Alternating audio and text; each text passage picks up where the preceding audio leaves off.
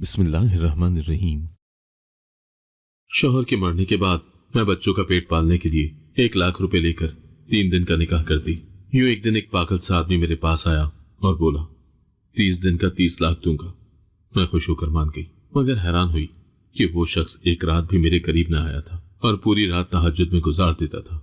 आज आखिरी रात थी, मैं भी मुतमईन थी। अचानक उस शख्स ने सजदे से जब सर उठाया तो मेरे पांव के नीचे से जमीन निकल गई। घर में खाने के लाले पड़े हैं और तुम्हें सैर सपाटे की पड़ी है।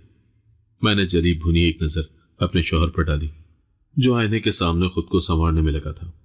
मैं सैर सपाटे पर नहीं जा रहा, सलीम से मिलने जा रहा हूं, और वो भी इसलिए ताकि नौकरी के सिलसिले में बात कर सकूं। वो नर्म आवाज में बोला तो मुझे उस पर बिल्कुल यकीन न आया। ये धोखा किसी और को देना, मैं तुम्हारी बातों में आने वाली नहीं हूं। तुम कोई काम धंधा करने वाले नहीं। मेरा ही दिमाग खराब था जो तुमसे शादी करके बैठ गई। कमा कर लाना तुम्हारे बस की बात ही नहीं है। शादी से पहले मुझे पता होता कि तुम्हारे पल्ले कुछ नहीं है तो मैं कभी तुम्हारे झांसे में ना आती। मैंने खुद को अपने हाथों खुद ही बर्बाद कर लिया। मैं बोलना शुरू हुई तो मुझे चुप कराना उसके बस की बात ना थी। वो झुंझलाता कमरे से बाहर निकल गया। वापस कब आओगे? मैं उसके पीछे चली आई। बात करते ही लौट आऊंगा, मुझे कौन सा वहां डेरे डालकर बैठना है। वो घर से निकला तो मैंने खट से दरवाजा बंद किया। न जाने मेरी अकल घास चढ़ने क्यों चली गई थी जो मैं इस कंगले से शादी करके बैठ गई। इतने अच्छे रिश्ते मौजूद थे मेरे लिए, मगर मेरा लालच और बेवकूफी मुझे यहां तक ले आया था। मैं सर पकड़े बैठकर अपने माजी के बारे में सोचने लगी। मेरा नाम नजमा है। सब मुझे प्यार से नजमी कहते थे, मगर ये प्यार सिर्फ नाम की हद तक था, वरना शायद मैं घर में किसी को भी पसंद न थी। वजह मेरी जबान की तेज सलारी थी। अल्लाह ने मुझ में ये खूबी रखी थी कि मैं अपनी बातों के जरिए स्याह को सफेद और सफेद को स्याह बआसानी बना सकती थी। लोग मेरी बातें सुनकर बड़ी जल्दी मेरी बात से कायल हो जाते। अल्लाह ने मुझे शक्ल सूरत भी अच्छी दी थी। मेरे दीगर बहन भाई मेरी तरह चुस्त और चालाक न थे। मैं घर में सबसे छोटी थी। मुझसे बड़ी एक बहन और एक भाई था। मेरे अब्बा नौकरी किया करते, जिससे महीने का गुजारा बमुश्किल होता।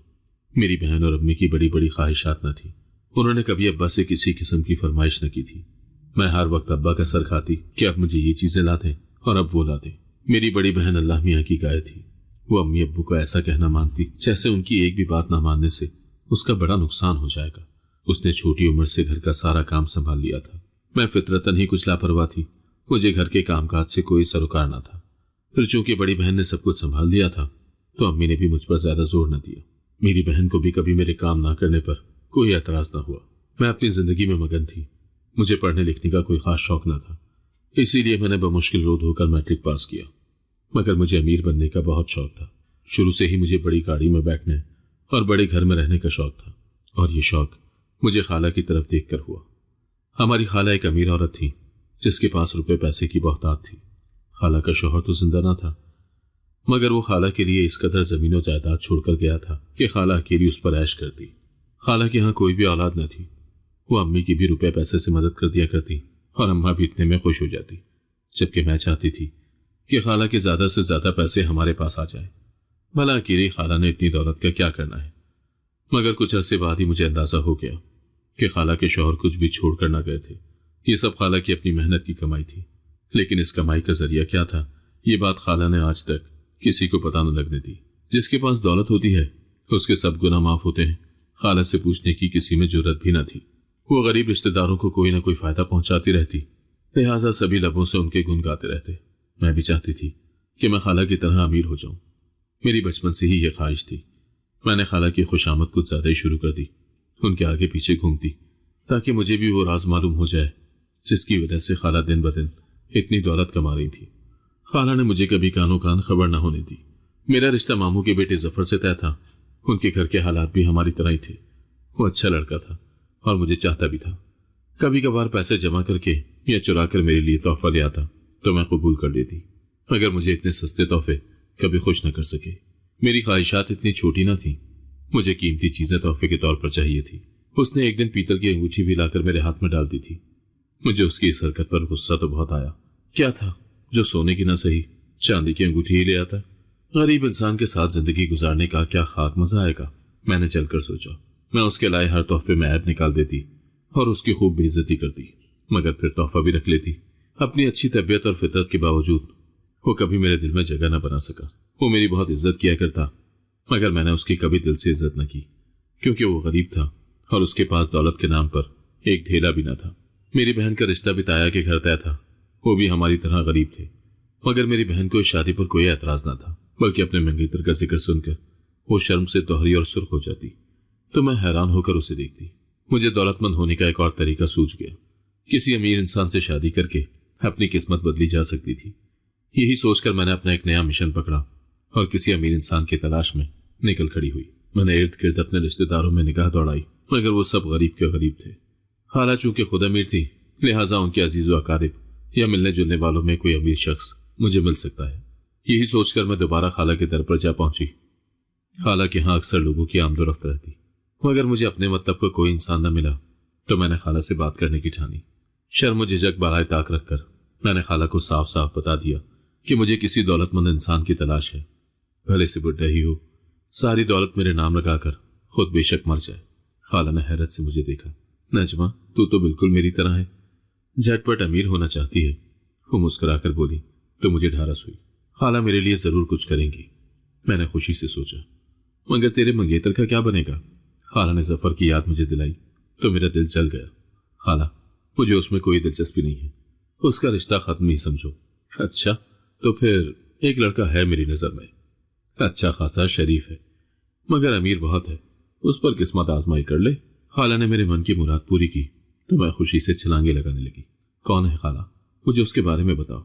उसका नाम मुनव्वर है, वो अक्सर मेरे पास आया करता है, मेरे शौहर का दूर का रिश्तेदार है। मैं तेरी उससे मुलाकात करवा दूंगी, पर बाकी का काम तेरा है, तू संभाल लेना। वो मैं संभाल लूंगी खाला, तुम बस एक बार मेरी उससे मुलाकात करवा दो, मैंने कहा। तो खाला ने इस बात में सर हिलाया।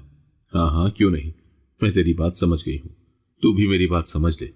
वो शादीशुदा है और शायद उसके बच्चे भी हों, मुझे ज्यादा मालूम नहीं है, तू समझौता कर लेना। अरे खाला, फिक्र ही ना करो, मुझे उसके शादीशुदा होने से कोई फर्क नहीं पड़ता, आप बस एक बार मेरी उससे मुलाकात करवा दो। मैं खाला को कहकर चली आई। खाला अपने कहने की पक्की निकली, उन्होंने जल्दी मेरी मुनव्वर से मुलाकात करवा दी। मुनव्वर वाकई एक शरीफ इंसान था, न जाने खाला के पास क्या करने आया करता। मुझे इस बारे में तो इल्म न था, मगर मैंने उस पर डोरे डालने शुरू कर दिए। खाला भी मेरी पूरी पूरी मदद कर रही थी। मैं खूबसूरत थी और मुझ में अदाएं भी खूब थी, इसलिए मेरे लिए उसको अपनी तरफ मुतवज्जा करना ज्यादा मुश्किल काम साबित न हुआ। वो जल्द ही मुझसे दोस्ती का ख्वाह हुआ। मैं उससे दोस्ती क्यों न करती, मैं तो पहले ही तैयार थी। इस दिन के लिए तो मैंने कितनी दुआएं मांगी थी, मगर मैं सिर्फ दोस्ती पर रुकना नहीं चाहती थी, बात जल्द अज जल्द बढ़ाना चाहती थी। मेरे अंदर मकारी तो कूट कूट कर भरी थी, मगर सब्र तहम्मुल बिल्कुल न था। मैं इतना ज्यादा अरसे इंतजार न कर सकती थी और न ही उसके लिए ख्वार हो सकती थी। इसीलिए मैं चाहती थी कि वो जल्द अज जल्द मुझसे शादी पर राजी हो जाए और मेरा रिश्ता लेकर मेरे घर पहुंच जाए। इसलिए मैं उसके साथ वक्त गुजारने के बजाय उसे शादी के लिए आमादा करना चाहती थी, और खाला भी इसमें मेरा पूरा पूरा साथ दे रही थी। मैंने खाला को कहा कि अब मौका आ गया है, वो उससे मेरी शादी की बात करें। आजकल वो वैसे भी अपनी बीवी की वजह से कुछ परेशान है, शायद दोनों के बीच में कोई झगड़ा चल रहा है, और यही सबसे बेहतरीन मौका है अपना वार चलाने का। मैं उससे पहली फुर्सत में ही बात करती हूँ। उसने अगली शाम को आना था। मैं उसके आने से पहले ही खाला के घर पहुंच गई। खाला ने उससे बात का आगाज किया तो मैं किचन में जाकर खड़ी हुई ताकि पूरी बात बगौर सुन सकूं।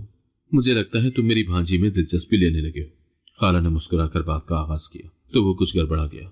अभी तक उसे ये मालूम न था कि खाला को हम दोनों के बारे में कुछ मालूम है कि नहीं। नहीं, ऐसी तो कोई बात नहीं। पहले तो वो साफ मुकर गया। मुझे उसके मुकरने पर हैरत हुई। वो शरीफ होने के साथ साथ बुज़दिल भी था। उसे तो चाहिए था कि वो झट इकरार करता और खाला से मेरी शादी की बात करता, बल्कि मेरा हाथ ही मांग लेता। मैं किचन में खड़ी गुस्से में पल खाकर रह गई। अरे शर्माने की कोई बात नहीं है, भला मुझसे क्या पर्दा।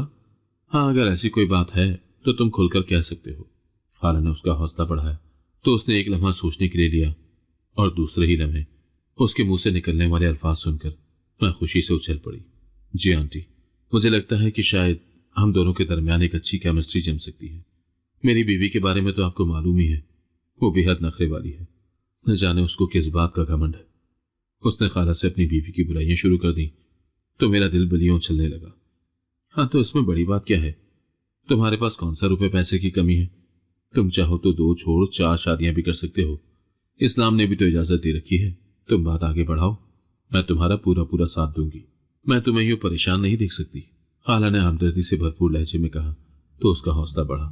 मुझे लगता नहीं है कि ये मुनासिब है। मेरे बीवी बच्चे हैं, ऐसे में मैं न जाने नजमा की जिम्मेदारी निभा पाऊंगा कि नहीं। क्यों नहीं निभा पाओगे? इसमें कौन सा बड़ी बात है? तुम कर सकते हो। बहुत लोग हैं जो 2 क्या 4-4 शादियां करके भी सबके साथ इंसाफ का तराजू कायम रखे हुए हैं। तुम कहो तो मैं उसके माँ बाप से बात करूं? खाला ने जल्दबाजी से काम लिया तो उसने झट से मना कर दिया। नहीं नहीं आंटी, पहले मैं खुद नजमी से एक बार बात करूंगा। मेरी अभी उससे शादी के सिलसिले में बात नहीं हुई। अगर वो मेरी बीवी बच्चों के साथ गुजारा करने पर राजी होगी तो ही मैं बात आगे बढ़ाऊंगा। उसकी बात ठीक थी, मैं भी उसकी बात से मुत्तफिक थी। मेरे माँ बाप के पास रिश्ता ले जाने से पहले मुझसे बात करना जरूरी था, मैंने दिल में सोचा और पुरसुकून हो गई। मुनव्वर की रजामंदी पाते ही मैंने अपने मंगेतर जफर को साफ साफ जवाब दे दिया कि अब वो मेरा ख्याल अपने दिलो दिमाग से निकाल दे। मैं उसके साथ शादी नहीं कर सकती क्योंकि मुझे किसी अमीर इंसान से शादी करनी है। मैंने उसको वही बताया जो सच था। वो हैरत से मुझे देखता रह गया। दौलत ही सब कुछ नहीं होती नजमी, वो धीरे से बोला तो मैं मुस्कुरा दी। जिनके पास दौलत नहीं होती वो यही कहते हैं, एक बार दौलत आ जाए तो फिर उस दौलत का मजा चखने की देर है। सबको ही पैसा प्यारा हो जाता है। कोई भी इंसान अमीर बनने की ख्वाहिश रख सकता है, मेरी भी ये ख्वाहिश है। इसीलिए तुम मेरे रास्ते से हट जाओ और अपने माँ बाप को खुद ही मना कर दो, वरना बिला वजह खानदान में मेरे माँ बाप की बदनामी होगी। क्योंकि करना तो मैंने वही है जो मैंने ठान लिया है। बगैर कोई तमहीद बांधे मैं उसे साफ साफ अपने दिल की बात बता आई थी। मेरे दिन रात बेहद बेचैनी में गुजर रहे थे। मैं चाहती थी कि मुनव्वर जल्द से जल्द मुझसे शादी की बात कर ले। मेरे दिलो दिमाग पर मुनव्वर के साथ शादी ही सवार थी। इसके अलावा मुझे कुछ और सूझ ही ना रहा था। न जाने वो इतना वक्त क्यों लगा रहा था। कहीं ऐसा ना हो कि सोचने के बाद उसका इरादा ही बदल जाए। इसीलिए मैं चाहती थी कि वो गैर इरादी तौर पर बगैर सोचे समझे ही जल्द से जल्द फैसला कर ले। जल्द ही वो दिन आन पहुंचा जब मुनव्वर ने मुझसे शादी की बात की। मैंने ये रिश्ता कबूल करने में कुछ हिचकिचाहट से काम लिया। मैंने ऐसा जाहिर किया कि मुझे उसकी बीवी बच्चों की फिक्र थी। ये तो आपकी पहली बीवी के साथ ज्यादती हो जाएगी, और अगर कल को उसने ये रिश्ता कबूल न किया तो मैं तो कहीं के न रहूंगी। मैंने फिक्रमंदाना अंदाज में कहा तो वो भी सोच में पड़ गया। मैं अपने तहफ़्फ़ुज़ात चाहती थी, पर मैं ये भी नहीं चाहती थी कि मैं ज्यादा फिक्रें उसके जहन में डाल दूं और वो शादी से ही इनकारी हो जाए। लेकिन मेरे पास एक हल है। उसको सोच में डूबे देखकर मैंने फौरन ही कहा तो वो चौंक गया। कैसा हल? दरअसल मैं अपना मुस्तकबिल महफूज बनाना चाहती हूँ।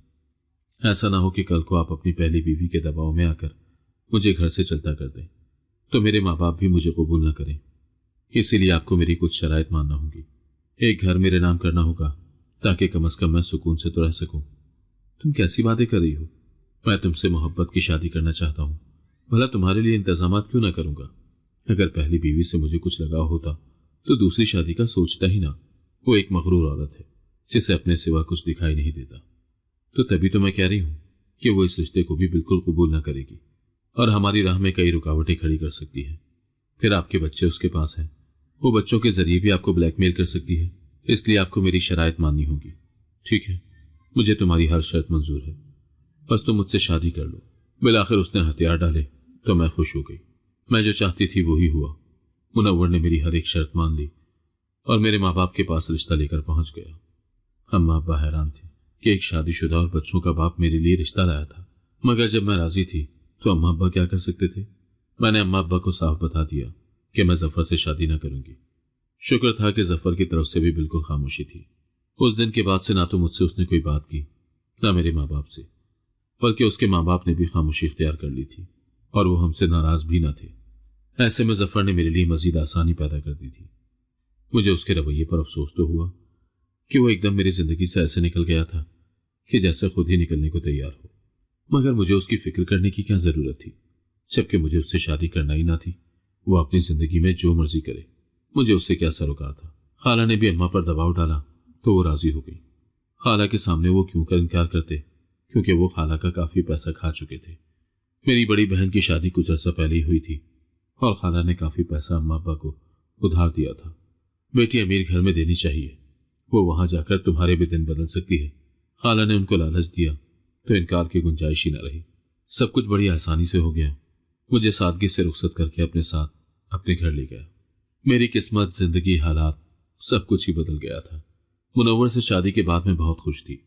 ये सच था कि मैंने उससे दौलत की लालच में शादी की थी, इसीलिए मैंने उसका पैसा दोनों हाथों से लूटना शुरू कर दिया। उसने मुझे अलहदा घर में रखा, मैं उसके पीछे पड़ी थी कि वो घर जल्दी मेरा नाम कर दे ताकि मैं पूरे धड़ल्ले के साथ उस घर में रह सकूं। मगर उसने कुछ पसुपेश से काम लिया। मैंने तुम्हारी तमाम शराइत मान ली है, लेकिन उनको पूरा करने में कुछ वक्त तो लगेगा। मुझे कुछ वक्त दो। वो बोला तो मैं भी पुरसुकून हो गई। आखिर सारे दस्तावेजात उसके पास ही थे, वो कभी भी मेरा नाम लगा सकता था। अब मुझे इतना भी लालच करने की जरूरत न थी। जब मैं उसकी बीवी बनकर उसके घर में आ ही गई थी, उसकी जिंदगी में शामिल हो गई थी, तो ये सब चीजें हासिल करना मेरे लिए कौन सा मुश्किल काम था। अगर मैं उस पर इतना दबाव डालती तो कहीं वो ये न समझ जाता कि मैंने पैसे के खातिर उससे शादी की है। मैं मुनव्वर के वादों पर यकीन करके बैठ गई। उसने अपनी पहली बीवी से सब कुछ छुपा कर रखा था कि उसने दूसरी शादी कर ली है, और मुझे भी तलकीन की थी कि ज्यादातर घर से बाहर ना निकलूं और अंदर ही रहूं, क्योंकि वो नहीं चाहता था कि उसकी बीवी को मालूम हो। लेकिन मैं अंदर कहां टिक कर बैठने वाली थी। भला मैंने शादी बैठने के लिए की थी? मैं तो बाहर की दुनिया में आजाद घूमना चाहती थी। जब मेरे पास पैसा ना था तो मैं अपना दिल मारकर, बहुत सी ख्वाहिशात दिल में दबाकर बाजारों से गुजरती थी। मगर अब मैं हर चीज खरीद सकती थी। मैं मुनव्वर से रोजाना पैसे ले लेती और बाहर निकल जाती। कभी मुनव्वर मेरे साथ होता और कभी वो मसरूफ होता, तो मैं अकेली ही निकल खड़ी होती और जो भी चीज मुझे पसंद आती मैं खरीद लेती। मेरे दिन ऐशो इशरत में गुजर रहे थे। मैं अम्मा अब्बा की भी पैसों से मदद कर देती और अपने बहन भाइयों के लिए भी चीजें ले जाती, तो वो खुश हो जाते। लेकिन मेरी खुशी आरजी साबित हुई, क्योंकि कुछ अरसे बाद मुनव्वर की पहली बीवी को मालूम हो गया कि मुनव्वर ने दूसरी शादी कर ली है। एक दिन वो अपने भाइयों के हमरा मेरे घर पहुंच गई। मैंने दरवाजा खोला तो मुझे क्या मालूम था कि ये मुनव्वर की पहली बीवी होगी। मैं तो यही समझी थी कि हमसायों में से कोई मुझसे मिलने आया है। वो मुझे घर के अंदर खड़े देखकर हैरान रह गई। देखा, मैंने कहा था ना, उसने कोई गुल खिलाया है। अब देख लो, गुल पूरा का पूरा तुम्हारे सामने खड़ा है। वो अपने साथ आए नौजवानों से मुखातिब हुई तो मैं चौंक गई। तुम कौन हो? मैंने सवाली नजरों से देखा तो उसने चेहरे पर तंजिया मुस्कुराहट सजा ली। मेरे घर में खड़ी होकर मुझसे ही पूछ रही हो कि तुम कौन हो? मैं इस घर की मालकिन हूं। अभी के अभी यहां से निकलो, अपना सामान समेटो और चलती बनो। उसने मुझे धक्का देकर साइड पर किया और खुद अंदर घुस आई। मैं हैरान होकर उसके पीछे आई। ये क्या बात कर रही हो? तुम इस घर की मालकिन कब से हो गई? ये घर मुनव्वर का है और वो मेरा शौहर है। शौहर के अल्फाज सुनकर उसके चेहरे का रंग उड़ गया। ये क्या कह रही हो? मुनव्वर ने तुमसे शादी करके तुम्हें यहां रखा हुआ है? वो हैरान हुई, जबकि मैं उसकी हैरानी पर हैरान थी। जाहिर सी बात है, मैं बगैर शादी के उसके साथ क्यों रहने लगी? उसकी इतनी हिम्मत कि वो मुझ पर दूसरी बीवी ले आया। पहले तो वो लड़कियों से ताल्लुकात रखा करता था और अब उसने शादी करने की जरूरत कर ली। उसने गुस्से से बल खाते हुए कहा तो मैं चौंक गई। यानी उसका लड़कियों से पहले भी चक्कर रहता है और वो यही समझी थी कि मैं भी उसकी कोई दोस्त हूं, जबकि मैं उसकी बीवी थी, इसीलिए उसके घर में रिहाइश पजीर थी। ये घर मुनव्वर का नहीं, मेरा है और तुम यहां से चलती बनो। उसने मेरा सामान उठाकर बाहर फेंकना शुरू किया तो मैंने चीखो पुकार मचा दी। मैं अभी मोहल्ले वालों को इकट्ठा कर लूंगी। बेहतर यही है कि यहां से चली जाओ और जो बात करनी है मुनव्वर से करो। मेरी बात सुनकर वो रुक गई। ये सही बात है, मुझे मुनव्वर से ही बात करनी चाहिए। उसको तो मैं ऐसा मजा चखाऊंगी कि वो जिंदगी भर याद रखेगा। और तुम भी यहां ज्यादा देर नहीं ठहर सकती। अपना सामान समेटो और निकलने की तैयारी करो। वो मुझे धमकियां देती हुई लौट गई। मैं सर पकड़कर बैठ गई। मुनव्वर ने मुझे पहले ही बाखबर किया था कि अगर उसकी बीवी को मालूम हो गया तो वो जरूर तमाशा लगाएगी, और वो तमाशा लगा रही थी। मगर मुझे ज्यादा परवाह न थी। मैं पहले ही सब के लिए तैयार थी। ये सब मुनव्वर का दर्द सर था, मेरा नहीं। शादी उसने की थी तो अपनी पहली बीवी को भी लगाम उसी को डालनी थी। मैं आराम से सोफे पर पुरसुकून होकर बैठ गई और टीवी चलाकर ड्रामा देखने में मगन हो गई। मुनव्वर शाम को ही घबराया हुआ घर में आया। मेरी बीवी को किसी ने बता दिया है कि मैंने दूसरी शादी कर रखी है। उसने हंगामा मचा रखा है। मुझे उसकी घबराहट देखकर अजीब सा एहसास हुआ। तो इसमें इतना परेशान होने की क्या बात है? उसको एक न एक दिन तो पता चलना ही था। तुम जरा हिम्मत कायम रखो, कोई इतनी बड़ी बात नहीं हुई। मैंने अपनी तरफ से उसे तसल्ली दी, मगर उसका दिल मुतमईन ना हुआ। मेरी बात सुनो नजमी, बात दरअसल ये है कि हमें घर खाली करना होगा। मगर क्यों? ये घर तो तुम्हारा है। मैं तुम्हें कहीं और ठहराता हूँ। या ऐसा करो, तुम कुछ दिन के लिए अपने माँ बाप के घर चली जाओ। जब ये मामला ठंडा होगा तो मैं तुम्हें आकर ले जाऊंगा। मैंने हैरत से उसे देखा था।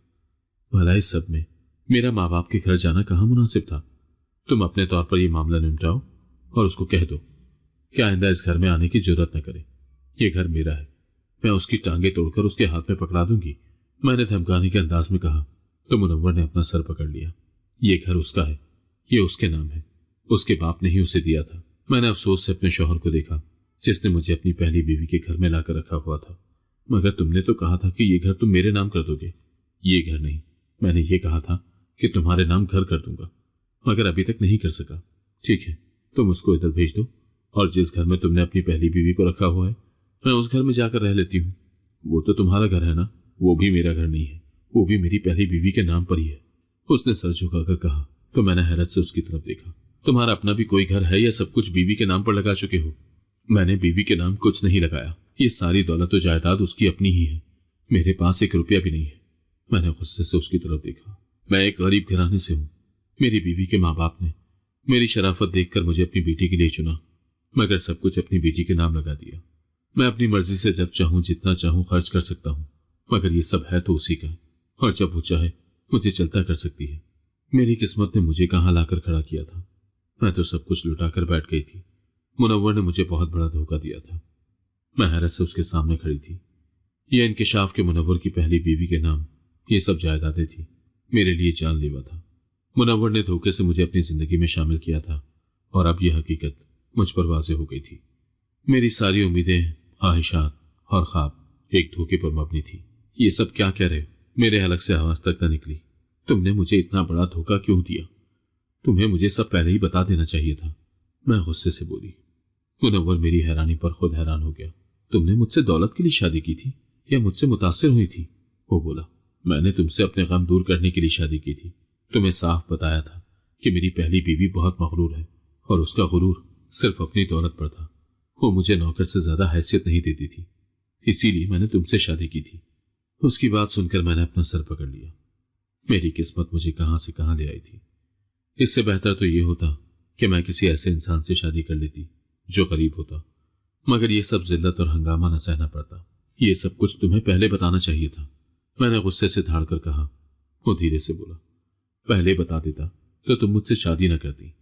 यानी उसे मेरे बारे में पहले ही अंदाजा था कि मैं उसकी दौलत से मुतासिर हूं, फिर भी वो मुझसे शादी रचा बैठा।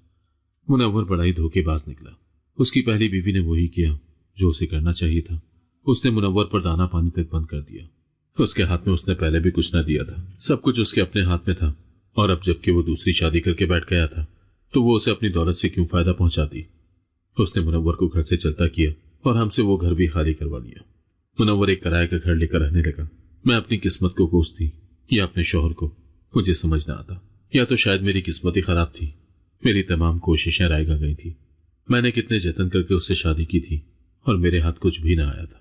एक गरीब शौहर जिसके पास नौकरी तक न थी और ना उसे नौकरी करने की आदत थी, उसे तो बैठकर खाने की आदत थी। वो चाहता था कि वो अपना कोई ऐसा कारोबार करे जिसमें उसको पहले महीने ही लाखों में मुनाफा हो जाए और वो मुझे तमाम ऐशो-इशरत दे सके। मगर ऐसा कहाँ मुमकिन था। उसे मेहनत करने की आदत होती तो वो अपनी बीवी की जायदाद पर इतने अरसे तक ऐश क्यों करता, उसके हाथों जलील भी होता रहता। उसने तो सारी जिंदगी ऐसे ही गुजारी थी। पहले बाप की कमाई खाई थी और उसके बाद से बीवी की दौलत पर ऐश कर रहा था। मुनव्वर के धोखे का नकाब उतरा तो मैंने भी अपने चेहरे पर चढ़े तमाम नकाब उतार फेंक दिए। मैंने मुनव्वर को साफ साफ बता दिया कि मैं इतनी गुर्बत में गुजारा नहीं कर सकती। मेरे लिए रुपए पैसे का बंदोबस्त करो और मुझे अच्छी जिंदगी मुहैया करो, ये तुम्हारा ही काम है। मुनव्वर के बस में कुछ न था। वो अपनी सी कोशिश जरूर कर रहा था। वो रोज ही अपने किसी दोस्त से मिलने चला जाता जो उसके लिए नौकरी या काम का बंदोबस्त कर सके, मगर उसके सब दोस्त उसकी दौलत के साथ ही थे। उसके हालात बदलते ही सभी उससे रुख मोड़ गए थे। कोई भी उसके काम ना आता। हमारा झगड़ा रोज बरोज बढ़ने लगा। मैं उसकी बात बात पर बेइज्जती करके रख देती। मेरी जबान की तेज तरारी से तो वो वाकिफ ही न था। मेरे जो हर तब उस पर आया हो रहे थे। वो इस जिंदगी से तंग आ गया। उसे खुद कहाँ तंगी की आदत थी। अब उसे एहसास हुआ कि उसने दूसरी शादी करके अपनी पहली बीवी को धोखा देकर उससे कितनी बड़ी बेवफाई की थी। वो उसे माफी मांगने तक जा पहुंचा, मगर उसकी बीवी ने उसे माफ न किया और जलील करके घर से निकाल दिया। अल्लाह ने हमें औलाद की नेमत अदा की तो मजबूरन मुनव्वर को नौकरी करनी पड़ी। उसकी मामूली तनख्वाह में गुजारा करना बेहद मुश्किल था। एक दिन वो घर से निकला तो वापस लौट कर न आया। मुनव्वर इस दुनिया से ही मुंह मोड़ गया। मुनव्वर की जान एक हादसे में चली गई। कुछ लोगों का कहना था कि उसने जानबूझकर खुद को गाड़ी के सामने ला फेंका था। बहरहाल जो भी था, वो इस दुनिया से और दुनिया की आजमाइशों से मुंह मोड़कर चला गया था और मुझे और अपने बच्चों को लावारिस इसी तरह छोड़ गया था। मुनव्वर के बाद मुझे एहसास हुआ कि गुजारा करना किस कदर मुश्किल था। मैं जो हर वक्त गुर्बत का और वसाइल की तंगी का रोना रोती थी, अब तो हालात बिल्कुल ही बुरे हो गए थे। बच्चों का पेट पालने के लिए 2 वक्त की रोटी तो जरूरी थी, जबकि मैं तो वो करने के भी काबिल न थी। मुनव्वर फिर भी कुछ न कुछ कमा कर ला रहा था। मेरे पास तो कोई सहारा न था। बहन भाई अपनी जिंदगी में मगन थे, जबकि माँ बाप इस दुनिया में न रहे थे। पिछले सालों में ही उनकी वफात हो गई थी। मुनव्वर ही मेरा वाहिद सहारा था। मुझे ये भी एहसास हुआ कि मैंने उसको पूरी जिंदगी तंग करके ही रखा, मगर मैं भी क्या करती। मेरी ख्वाहिशात और ख्वाब पूरे न हुए तो मुझ में चिड़चिड़ापन और गुस्सा बढ़ गया था। अपने शौहर की मौत के बाद मैंने सबसे पहले खाला से रुजू किया। वो भी अब बूढ़ी और कमजोर हो गई थी, लिहाजा उनके पास भी कमाने का ज्यादा जरिया न था। खाला, आप क्या काम करती थी? मुझे भी बता दें, मैं वही काम करना चाहती हूँ ताकि मैं पैसे कमा सकूं। अरे बच्ची, मेरे अंदर तो एक फन था, लोगों को बेवकूफ बनाकर उनसे पैसे लेने का। वो फन तुझ में नहीं है। मैं सिर्फ उनको उनकी किस्मत का हाल बताती थी और उनसे पैसे कमा लिया करती थी। लोगों को बेवकूफ बनाने के भी कई तरीके होते हैं, मगर तू वो काम नहीं कर सकती। अब तो मेरे पास भी लोगों की आमदोरफ्त बहुत कम होकर रह गई है, क्योंकि जदीद जमाने में लोग ऐसी बातों पर यकीन नहीं करते। खाला, फिर मैं क्या करूं? मुझे कोई काम बताओ। तू किसी और अमीर आदमी को ढूंढकर उससे शादी कर ले। खाला की बात सुनकर मेरे जहन में भी एक मंसूबा आया। खाला की बात मेरे दिल को लगी। मैं ये काम कर सकती थी, पर मुझसे शादी करेगा कौन? मैं तो बच्चों की माँ थी। अब मैं पहले की तरह जवान और खूबसूरत लड़की न थी। वक्त के साथ मेरे अंदर बहुत सी तब्दीलियां आ चुकी थी। बच्चों के साथ और फिर गुर्बत ने मुझे बिल्कुल बदल कर रख दिया था। लिहाजा किसी अमीर आदमी का दिमाग भी खराब हुआ और वो दूसरी शादी करने के लिए तैयार भी हुआ, तो वो किसी अच्छी लड़की को ढूंढेगा, आके आकर मुझसे शादी कर लेगा। मैंने आर्जी तौर पर शादी करने का सोचा, क्योंकि इस तरह लोगों की ख्वाहिश भी पूरी हो जाती और मैं उनके सर का बोझ भी न बनती। मैं 1 लाख रुपए लेकर 3 दिन के लिए निकाह करती, अपने शौहर के साथ 3 दिन गुजार कर उसकी जिंदगी से चली आती। यूं मेरे पास 3 दिन का 1 लाख रुपया इकट्ठा हो जाता। यूं मेरे हाथ में कुछ पैसे आ जाते और मैं अपने बच्चों का पेट भरने लगी। मगर मुझे इस काम के लिए बहुत कम ग्राहक मिलते। ऐसे बहुत से अफराद थे जिनकी आर्जी शादी करने की ख्वाहिश होती है, मगर उनके पास पैसे न होते, और जिनके पास पैसे होते वो ये काम बहुत कम करते। फिर भी मेरे बच्चों का खाना पानी चल निकला था और मेरी अच्छी गुजर बसर होने लगी। मैं बहुत कंजूसी से गुजारा करती और 1 लाख रुपया काफी अरसे तक चला लिया करती। दरवाजे पर दस्तक की आवाज सुनाई दी तो कुछ देर में ही मेरा छोटा बेटा चला आया। अम्मा, कोई आपसे मिलने आया है। मैं दरवाजे की जानिब बढ़ी तो सामने एक अजीब हुलिये वाले शख्स को देखकर हैरान रह गई। उसकी दाढ़ी बड़ी हुई थी, जबकि बाल भी बिखरे बिखरे से थे। मैंने सुना है कि तुम पैसों के एवज 3 दिन के लिए निकाह करती हो, वो बोला। मैंने इधर उधर देखते हुए इत्मीनान किया कि कहीं कोई मोहल्लेदार या मेरे बच्चे आसपास मौजूद ना हो, मगर वहां कोई नहीं था। तसल्ली कर लेने के बाद मैंने उससे कहा, यह बिल्कुल सही है, तो क्या तुम भी निकाह करना चाहते हो? हाँ, लेकिन सिर्फ पूरे 30 दिन के लिए। मैं चाहता हूं कि तुम 30 दिन के लिए मेरे निकाह में रहो, वो बोला। उसकी बात सुनकर मैं खुश हो गई। लेकिन तुम्हें मालूम है, मैं 3 दिन के 1 लाख रुपए लेती हूँ। फिक्र न करो, मैं तुम्हें 30 दिन के लिए 30 लाख रुपए दूंगा। उसकी बात सुनकर मेरी खुशी का कोई ठिकाना न रहा। 30 दिन के 30 लाख रुपए का मतलब था कि 1 दिन का 1 लाख रुपए। इस तरह तो मेरे वारे न्यारे हो जाते। मैंने उस शख्स से निकाह कर लिया, मेरे घर में ही रहने लगा। मगर मैं हैरान हुई कि वो शख्स एक रात भी मेरे करीब न आया था और पूरी रात तहज्जुद में गुजार देता। वो बड़े गौर से मेरा जायजा लिया करता और बच्चों के साथ हंस हंस कर बातें करता, मगर मेरे साथ उसने कभी कोई बात न की, सिर्फ देखने पर ही इक्तफा करता। उसका रवैया कुछ अजीब व गरीब था, पर मुझे उससे क्या गर्ज थी? मुझे अपने पैसे से मतलब था। उसकी जैसी ख्वाहिश थी मैं उसके मुताबिक ही चल रही थी। अगर वो मेरे करीब आना चाहता तो मैं उसे रोक ना सकती थी और इसकी इजाजत भी दे देती, मगर वो खुद ही मेरे करीब ना हुआ तो मैंने भी कोई एतराज ना किया। मुझे तो सिर्फ अपने पैसे से सरोकार था। वैसे तो उसके हुलिये से लगता ना था कि उसके पास इतनी बड़ी रकम होगी, मगर जब मेरा कोई फायदा ना उठा रहा था और वो जितना इबादत गुजार था, उसको देखकर तो यही लगता था कि वो मेरी रकम मुझे जरूर अदा करेगा। आज आखिरी रात थी, मैं भी मुतमईन थी। मैं उसके कमरे में गई ताकि उससे बात कर सकूं कि वो मुझे मेरी रकम अदा करे। वो नमाज में मशगूल था, मगर अचानक उस शख्स ने सजदे से जब सर उठाया तो मेरे पांव के नीचे से जमीन निकल गई। मैं उसे पहली नजर में ही पहचान गई, क्योंकि आज उसने शेव कर रखी थी, हल्की मूछें और बगैर दाढ़ी के। वो काफी जाना पहचाना लग रहा था। ये तुम हो? मैंने हकलाते हुए कहा। तो वो मुस्कुराता हुआ जायनमाज तय करने लगा। तुमने तो मुझे पहचाना ही नहीं, जबकि मैं तुम्हें पहली नजर में ही पहचान गया था। इतने सालों बाद भी मैं तुम्हारा चेहरा न भूला। वो मेरी तरफ बढ़ा, जबकि मैं हैरान आंखों से उसे तक रही थी। मुझे यकीन न होता कि मेरा साबिका मंगेतर जफर मेरे सामने था। उसे मैंने पैसे के खातिर ठुकरा दिया था। तुमने मुझे धोखा दिया और मुझसे निकाह किया। तुम मुझे मेरी रकम दे पाओगे? मैंने धीरे से कहा। तो वो हंस दिया। तुम्हें अभी भी अपनी रकम की पड़ी हुई है। हाँ तो क्यों ना हो, मुझे अपने बच्चों का पेट पालने के लिए रकम की जरूरत है। मैंने साफ साफ कहा। तुम सच बोलते हुए ये भी नहीं सोचती कि तुम किसी का दिल तोड़ जाओगी? वो जख्मी लहजे में बोला। मुझे शर्मिंदगी तो हुई, मगर मैंने उसका इजहार न किया। देखो जफर, मुझे सीधी और साफ बात करने की आदत है। तब मुझे अमीर होने का शौक था और अब मुझे पैसों की जरूरत है। मैं अपने बच्चों का पेट पालने के लिए कोशिशें कर रही हूँ।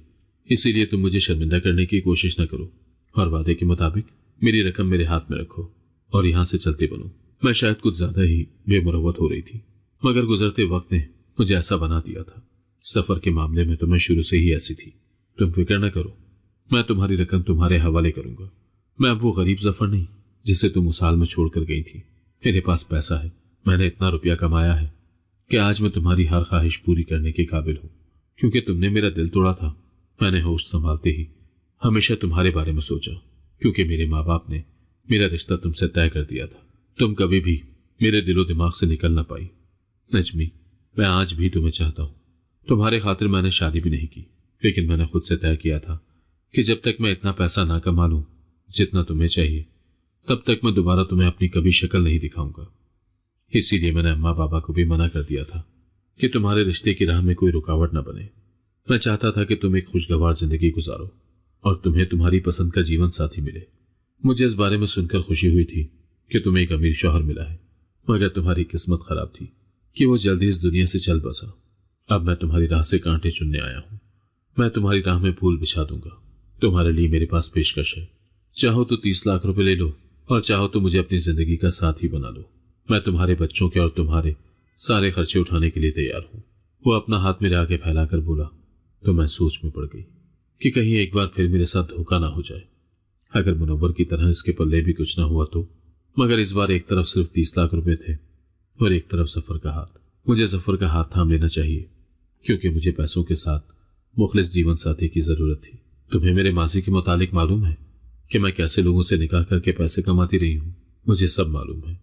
तुम फिक्र मत करो, मैं फिर भी तुम्हारा हाथ थामने को तैयार हूं। मुझे जफर की बात पर जरा एतबार न था। मेरे जहन में मुख्तलिफ ख्यालात आ रहे थे कि कहीं वो मुझे और मेरे बच्चों को कोई नुकसान न पहुंचा दे। मगर वो एक माह से हमारे साथ था। उसने बच्चों को कोई नुकसान न पहुंचाया था, बल्कि बच्चे उससे काफी बहल गए थे। बच्चों को एक बाप की जरूरत थी और कल को मेरी बेटी बड़ी हो जाती तो मैं तरह तरह के लोगों से कैसे निकाह कर सकती थी। मेरी बच्ची की इज्जत भी खतरे में पड़ सकती थी। मेरा दिल मुझे पूरी आजादी से कह रहा था कि मैं जफर का हाथ थाम लूं, मगर मेरा दिमाग दिल की राह में रोड़े अटका रहा था। मैंने सारी जिंदगी अपने दिमाग से फैसला किया था और इस बार दिल की बारी थी। मैंने अपने सारे खदशात एक जानिब डालकर जफर का हाथ थामने का फैसला कर लिया। एक माह में मैंने उसे परहेजगार और अच्छा इंसान पाया था। शायद वो इसीलिए अपनी असलियत छुपा रहा था ताकि उसके मुतालिक मेरे तमाम शुकूक व शुबहात दूर हो सके और बच्चे उससे मानूस हो सके। मुझे तुम्हारा साथ चाहिए जफर, मैंने उसके हाथ पर हाथ रखकर कहा। मुझे अंदाजा हो गया है कि जो कुछ इंसान के नसीब में ना हो उसको हासिल करने के लिए गलत इरादे से कोशिश नहीं करनी चाहिए, बल्कि अपने ईमान को मजबूत रखते हुए अल्लाह पर भरोसा रखकर जायज तरीके से कोशिश करनी चाहिए, ताकि हम हक हलाल के रास्ते पर चलते हुए अपनी ख्वाहिशात को पूरा कर सकें। मैंने जफर का हाथ थाम लिया था। मैं पहले ही उसके निकाह में थी। मैंने अपना इरादा जाहिर कर दिया था कि ये शादी सिर्फ शादी नहीं होगी, बल्कि मैं अब सारी जिंदगी उसका साथ देने को तैयार थी। जफर वाकई एक अच्छा शौहर साबित हुआ। वो मेरा और मेरे बच्चों का ख्याल रखता था। उसने अपने वादे के मुताबिक मुझे 30 लाख रुपए अदा कर दिए, मगर मैंने ये रकम उसे वापस लौटा दी, क्योंकि मुझे पैसों की जरूरत नहीं थी। मुझे उसका साथ मिल गया था और यही मेरे लिए काफी था। मैं अपने साबिका रवैये पर भी तुमसे माफी की तलबगार हूं। मैंने गलत फैसला किया था। मैं दौलत की लालच में अंधी हो गई थी, जबकि तुम सही थे। हर चीज पैसे से नहीं खरीदी जा सकती। इंसान की किस्मत उसका साथ देती है, बस सिर्फ इंसान के इरादे नेक होने चाहिए। मैंने अपनी गलती का एतराफ किया। कोई बात नहीं, तुम्हें शर्मिंदा होने की जरूरत नहीं है। मैं जानता था कि तुमने नासमझी में फैसला किया, मगर मेरा दिल हमेशा तुम्हारी याद में तड़पता रहा। इसीलिए मैं तुमसे आ मिला हूं।